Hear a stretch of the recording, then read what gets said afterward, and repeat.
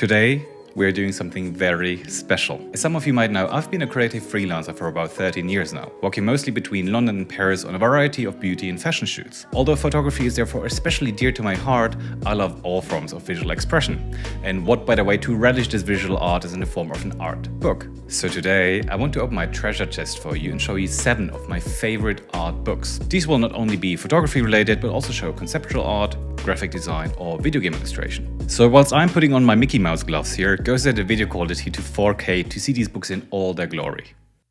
Beyond the Horizon, The Art of John Harris.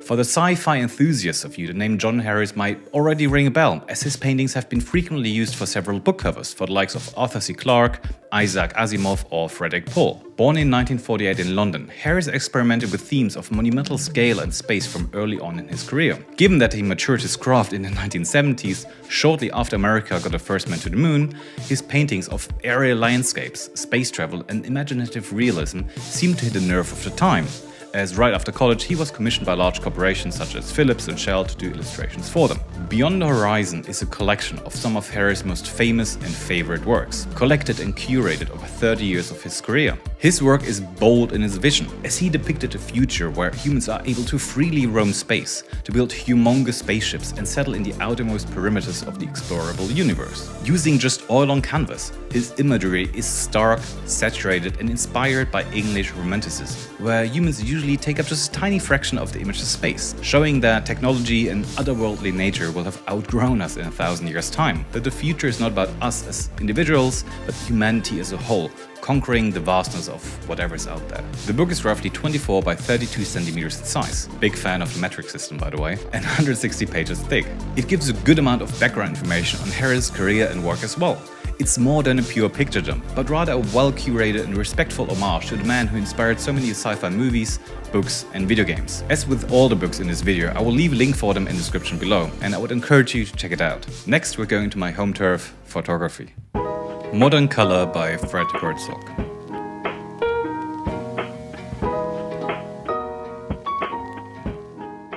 In this video from a few weeks ago, I was talking about how every artist needs to find their own style, their own visual language that makes them unique and which they are known for. Fred Herzog then was known for colorful, well-composed street photography back in the 70s, 80s and 90s in Canada.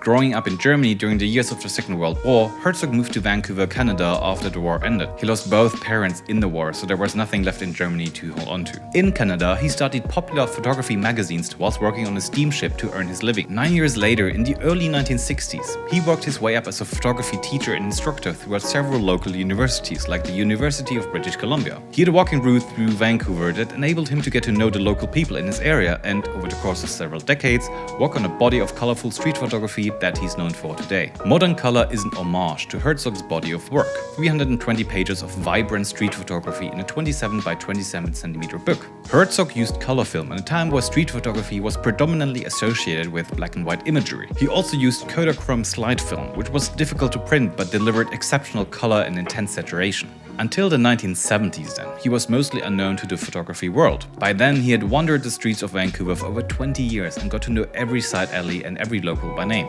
His images speak of a time long gone. They are shot with a steady hand, carefully composed, with an eye for realness, for moments in between, for the times when the city was honest to him, whether that meant being beautiful or ugly. The book is called Modern Color, but every now and then we see black and white photographs, fitting in perfectly nevertheless due to Herzog's unique way of composition. It's a fantastic book, with a long foreword about Herzog's work and life in English and German for those interested. The images are well printed, with a great replication of the strong intensity of the Kodachrome look. So if you like street photography, you will absolutely love Modern Color. Time Goes By Hiroshi Nagai.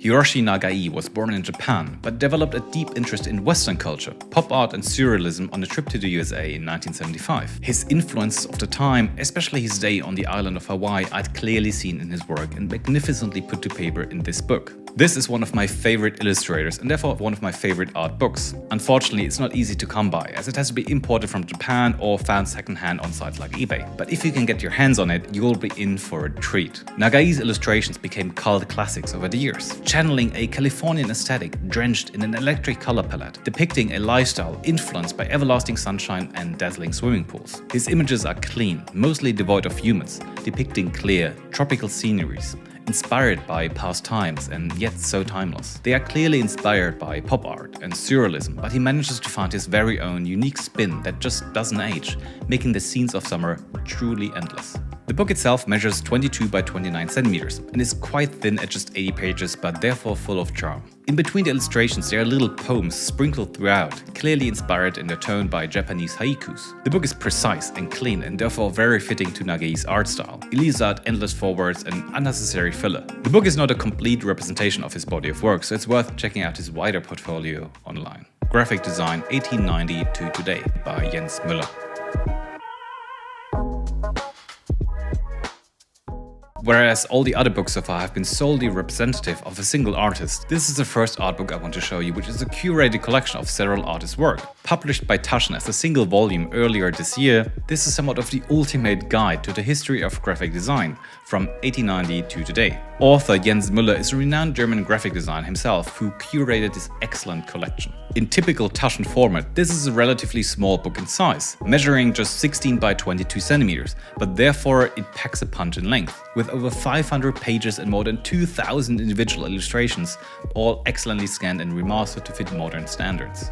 It's filled to the brim with information, from a lengthy foreword laying out the history of graphic design, up to short paragraphs in between covering single artist biographies or time periods. And mind you, all of these texts come in English, German and French, which makes it super accessible. This book pays respect to its artists and artworks, as every illustration is clearly labeled by artist, year of publication, country of origin and intended usage like poster or record cover. From Keep Calm and Carry On up to Shepard Fairey's famous Hope poster, you will see a whole bunch of well-known company logos, music records and propaganda posters. So in my mind, this is a superb collection of potential inspiration for all sorts of designers and creatives out there. A Wilder Life by Celestine Maddy.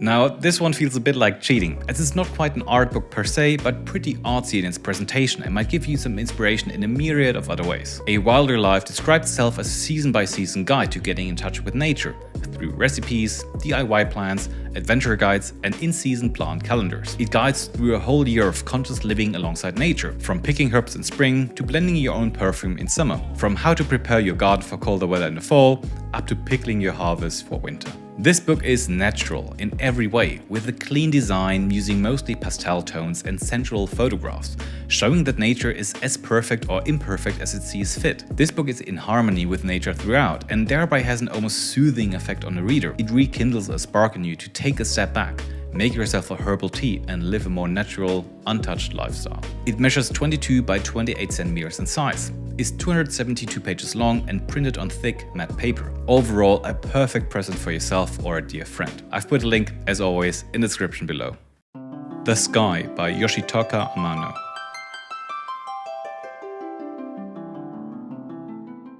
It was Japanese artist Yoshitaka Amano who defined the world and characters of popular video game series Final Fantasy from its first game in 1987 onwards. It was the jump-off point to a majorly successful career in which he worked on illustrations for all kinds of media. Books, manga, animation works, you name it. Amano became the highest earning artist in 1996, earning about $69 million in today's money. Some of you might also know him from a 2020 Italian Vogue cover he was commissioned to do right as the pandemic hit, when magazines were trying to show that it does not need in-person photo shoots to create amazing cover art. The Sky comes in 3 volumes, covering Amano's work for Final Fantasy 1 to 10, thereby defining the look and feel of this now so highly acclaimed video game series.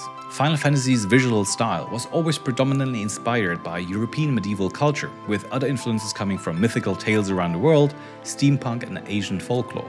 Amano masterfully bridges the gaps between these different sources of inspiration, creating a style that's renowned for its elegant combination of different artistic disciplines: pencil drawings, watercolor paintings, graphic marker colorings, and a mix of all of them, to create worlds big in their grandeur and the characters bold in their heroic features. Fans of the series will of course love these books, but even beyond that can Amano's body of work be an inspiration for upcoming illustrators, as his fantasy is nothing but final.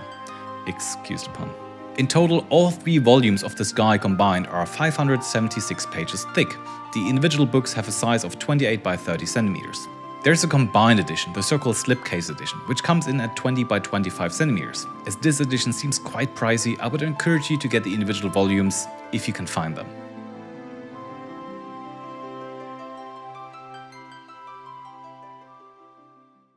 Italian Holidays by Claude Nori.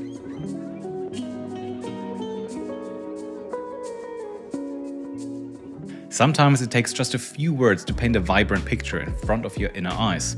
For example, what comes to your mind when I say Italian holidays? You might think of La Dolce Vita, ice cream in the sun, laying by the beach all day, sipping on an Aperol spritz whilst watching the sunset over the sea. Claude Nori is a French photographer who tried to capture this very special feeling in his book Italian Holidays, a collection of photographs taken between 1982 and 1999 in places like Capri, Sicily, Rimini or Naples. It's a beautifully curated arrangement of color and black and white shots, encapsulating this magical, romantic energy that just the summer in Italy has. This book is a time capsule and yet timeless, as the fashion and style of people since the 80s might have changed, but the feeling of freedom and a summer that shall never end persists to this modern day. It's a portrait of youth, of friends, of lovers and endless love. It's a visual love letter to La Dolce Vita and makes you crave to hop onto the next plane to Italy right away. The book itself measures 24 by 24 centimeters and has 175 photographs in it, all taken on film of course. What I have here is the first edition, which contained 1,000 copies and seems to be sold out on most retailers like Amazon, but you might be lucky getting it secondhand. What I love about the book itself is that the pages are weighty, the prints strong in their contrast and vibrant in their color. It pays respect to each photograph by letting them breathe, giving white space where necessary and labeling all shots in an index, rather than using text besides each photograph. In an extensive foreword by Claude Nori himself, he writes, "Looking back and observing my Italian adventure, I'm aware of having photographed a privileged territory at a time that was particularly happy and carefree. I had the chance to witness this happiness while trying to capture these images of adolescence that we preserve deep inside ourselves." I couldn't have said that any better.